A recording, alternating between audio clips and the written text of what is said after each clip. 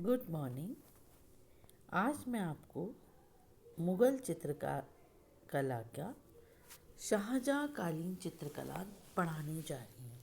इससे पूर्व मैंने आपको अकबर व जहांगीर कालीन चित्रकला के बारे में बताया था। मुग़ल चित्रकला सदैव शहंशाह की रुचियों व मनोवृत्तियों के अनुसार चली। जैसी जिस बादशाह की पसंद वैसे ही चित्रकारों ने चित्र बनाए। अकबर के बाद जहांगीर काल में जहांगीर की रुचि के अनुसार चित्र बने और शाहजहाँ काल में मुग़ल चित्रकला बिल्कुल नए रूप में हमारे सामने आती है। अब चित्र में मुग़ल वैभव एवं शान शौकत अधिक उजागर होकर सामने आए। शाहजहाँ के लिए कहा जाता है कि उसकी रुचि वास्तुकला में अधिक होने के कारण चित्रकला का कार्य उस समय उतनी तेजी से नहीं हुआ जैसा जहांगीर के समय में होता था। लेकिन कलाविद राय कृष्ण के अनुसार इस समय चित्रकारों की संख्या बढ़ गई थी और चित्रों की लिखाई, खुदाई, रंगमेजी उच्च किस्म की होने लगी थी, जिसमें तकनीकी अभ्यास हद दर्जे का हो चुका था। यूं तो सर टॉमस रो ने जब बालक शाहजहाँ को उपहार में घड़ी भेंट की थी तो उसने उस समय यह प्रतिक्रिया यह कहकर दी थी, यदि इसके स्थान पर आप मुझे एक नवनिर्मित तैल चित्र भेंट करते तो मुझे अधिक प्रसन्नता होती। उनका पुत्र दारा शिकोह भी प्रारंभ से ही चित्र प्रेमी, कवि व संस्कृत का विद्वान था। यदि शाहजहाँ की चित्रों के प्रति रुचि कम होती तो दारा शिकोह भी चित्रों के प्रति विशेष आकर्षित ना हुआ होता।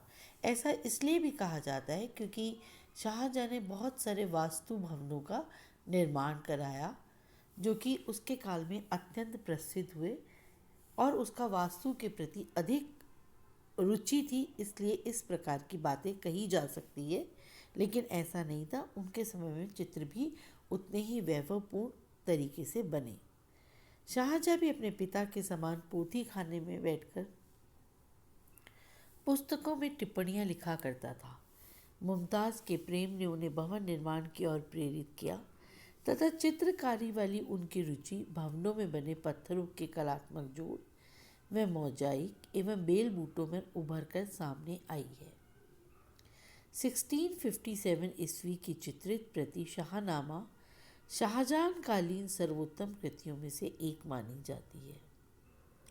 गोवर्धन, मोहम्मद नासिर, समरकंदी, विचित्तर, चित्रमन, हुनार, अनूप व बालचंद आदि उनके दरबारी चित्रकारों में प्रमुख रहे। शाहजहाँ कालीन चित्रों की विशेषताएं। शाहजहाँ कालीन चित्रों में तकनीकी परिपक्वता, महीनकारी, वस्तु की हूबहू लिखाई, चित्रण में सफाई एवं व्यवस्था दिखाई पड़ती है। तृतीय आयाम को उभारने में यानी जो गोलाई होती है उसको उभारने में चित्रकार अब सिद्धहस्त हो गए थे, यानी बहुत सुंदर पर्दास का प्रयोग अब चित्रकार करने लगे थे। गोलाई व छाया प्रकाश आकृतियों तथा वस्त्रों में उभर कर सामने आया है। स्त्रियों के चित्र भी अब बहुतायत में मिले हैं। शाहजहाँ को शाही परिवार के सदस्यों, परिचितों व संतों के व्यक्ति चित्र बनवाने का बहुत शौक था और इस समय ऐसे अनेक चित्र हमको उपलब्ध हुए हैं। पुरुषों की वेशभूषा में अब जामे लंबे बनने लगे थे। लंबे जामों का पटके का बॉर्डर चौड़ा व अलंकृत बनने लगा था। पगड़ी अब एक अलग तरीके की बनने लगी थी जो प्राय छज्जेदार हो गई थी। धारीदार लंबे पजामे बने हैं। स्त्रियों की पेशबाज भी लंबी तथा ज़्यादा फहरान वाली बनने लगी थी। रंगों में अब एक सॉफ्टनेस आ गई है। रंगों में मीनापन, सूफियानापन दोनों दिखाई देने लगे हैं। भारतीय प्रभाव अधिक उजागर होकर सामने आया है। अब मिश्रित रंगों की छाया प्रकाश वाली व्यवस्था चित्रों में देखने को मिलती है। स्वर्ण का प्रयोग भी हमें चित्रों में बहुत अधिक दिखाई देने लगा था।